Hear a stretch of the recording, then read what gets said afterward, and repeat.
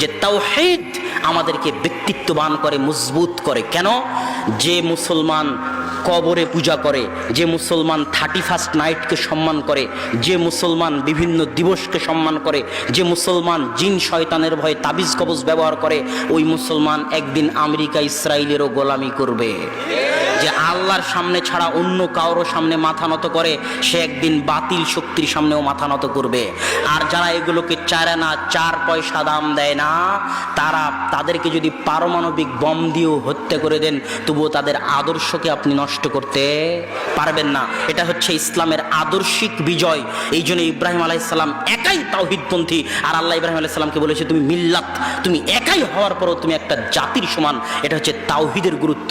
তাওহীদ যেই দিন মুসলমান বুঝে নিবে, সেই দিন মুসলমান, এক তাওহীদপন্থী মুসলমান সারা পৃথিবীর সব পারমাণবিক বমের চেয়ে শক্তিশালী হয়ে যাবে।